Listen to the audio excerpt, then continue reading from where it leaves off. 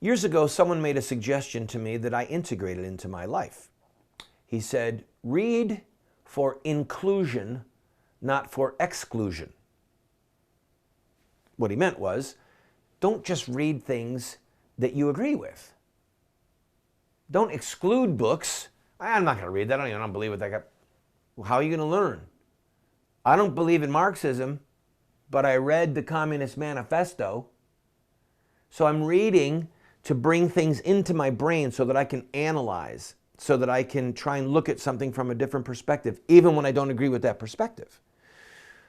So taking that a step further, part of my duty as a broadcaster is to watch other broadcasters, to read news, to read opinions that I absolutely disagree with, so that I can find the holes, so that I can find where they're making clear mistakes, and I can analyze it and I can bring it to you.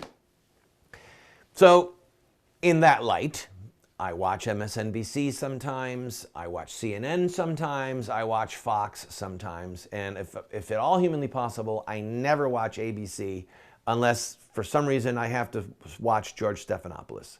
But at that point, I just feel like I'm watching a Clinton hack. I digress. So I'm watching MSNBC and CNN last night as they cover the trouncing that Donald Trump gave to his opponents and his victory in Nevada.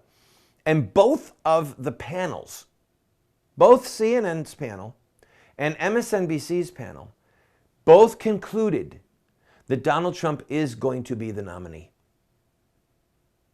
I couldn't believe my eyes. I could not believe my ears.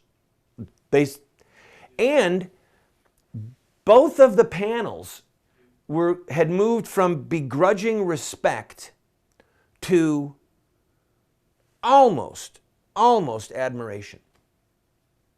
I watched Chris Matthews, the host of Hardball. He used to work for Tip O'Neill years ago when Tip O'Neill was the leader of the House during President Reagan's time.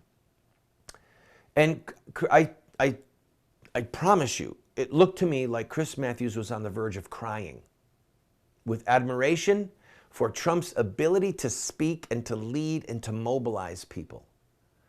He said, I'm putting on my hat as a speechwriter and I'm listening to Cruz and I'm thinking, he makes himself seem like a guy sitting behind a desk. Trump makes himself, it makes the listener and the viewer think big thoughts. Make America great again. We're not going to get pushed around anymore. And I'm not kidding. It looked to, Matthews said, even if you don't agree with anything the man says, you've got to admit the way he is able to communicate and to mobilize people. Fox, on the other hand, is still giving Karl Rove and other Republican hacks the chance to say, well, the Republican machine can still stop him. They've got to convince Kasich to get out of the race, and Kasich's people have got to go to Rubio. Rubio's got to be the darling, and Cruz is in trouble. Will he leave? But if Cruz leaves, then a lot of his people are going to go to Trump. And it is kind of distressing to think that a 50-state primary that to pick the nominee for a party goes 3 or 4 states deep, maybe 5, and then that's it.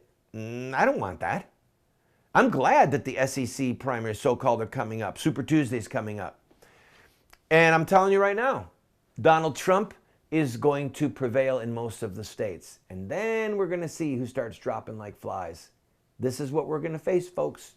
A Donald Trump nominee.